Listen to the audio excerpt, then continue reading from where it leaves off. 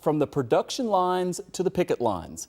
About 150,000 auto workers with General Motors, Ford, and Stellantis, which owns Chrysler and Jeep, could go on strike in just 18 days. That is, if the big three auto companies and the United Auto Workers Union don't come to terms on a new contract. Today, the Buffalo News published an article titled "How High-Stakes Negotiations Between UAW and Auto Workers Will Affect Buffalo-Niagara Region." Short answer is a strike would have a huge impact, considering GM has plants in Tonawanda and Lockport, plus the Ford stamping plant just off Route 5 south of the city of Buffalo. Added up, and there are more than 3,000 union auto workers right here in our region. A strike would directly impact them, plus many thousands of others who are tied to the industry. Joining us live right now for Insight is Arthur Wheaton, Director of Labor Studies at Cornell University. Sir, we appreciate you taking some time for us here this evening. Here we are 2.5 weeks out from a potential strike. How do you assess where negotiations are right now between the union and the big three Detroit automakers? I think right now large numbers of people are on pins and needles waiting to see what happens. So that's not just the automakers, it's also their suppliers.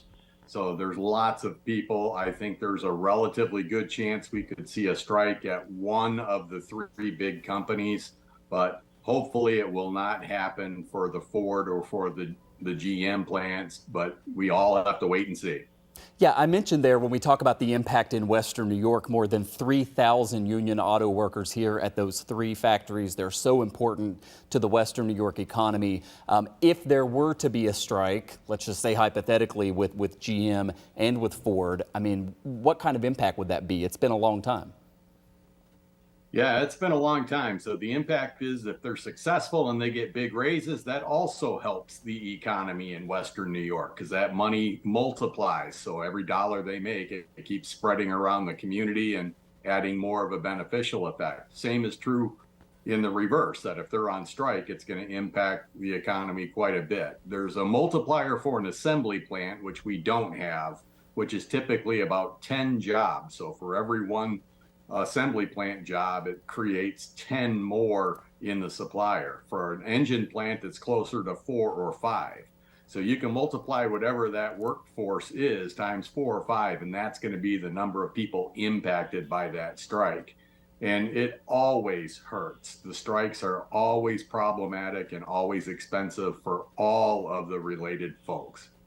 Can you walk us through what some of the biggest sticking points are right now between the two sides? I know they really started intense negotiations, just a couple of weeks ago, but again, just 18 days to try to work all this out.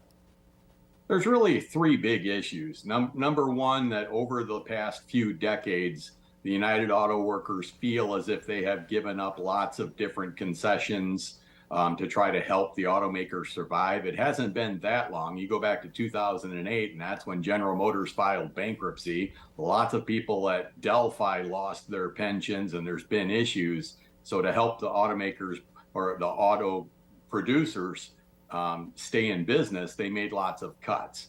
One of the things they cut was the cost of living adjustment. So as inflation was high, they don't get the same raises to keep up with inflation. The other big issue is what they call tiers. And a tier means if you were hired 25 years ago or 30 years ago, you may be making close to $30 an hour. If you were hired last year, you're probably making closer to 16 to 20. And it makes a huge difference in terms of how much money you're bringing back. So the union's biggest concerns are eliminate the tiers to help everybody get increased wages, bring back the cost of living adjustments, and get a bigger share of those record profits that are coming in very recently.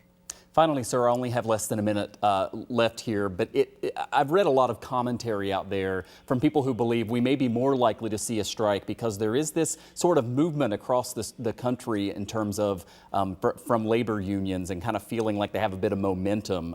Do you think that's a factor in this? I think so, and I think there's good news as well as thinking there's going to be a strike. There's good news with the settlement at the Teamsters for 340,000 Teamsters that got very big gains in their contract and avoided it. But right now, since there's a low unemployment rate, previous high cost of living increases with inflation and record profits, now is the time for the unions to exercise what power they have to try to get back to where they were and improve. Arthur Wheaton with Cornell University. Sir, thank you so much. I think joining us from Detroit, where a lot of this is happening. Thanks for hopping on the computer there and talking with us. Thank you very much.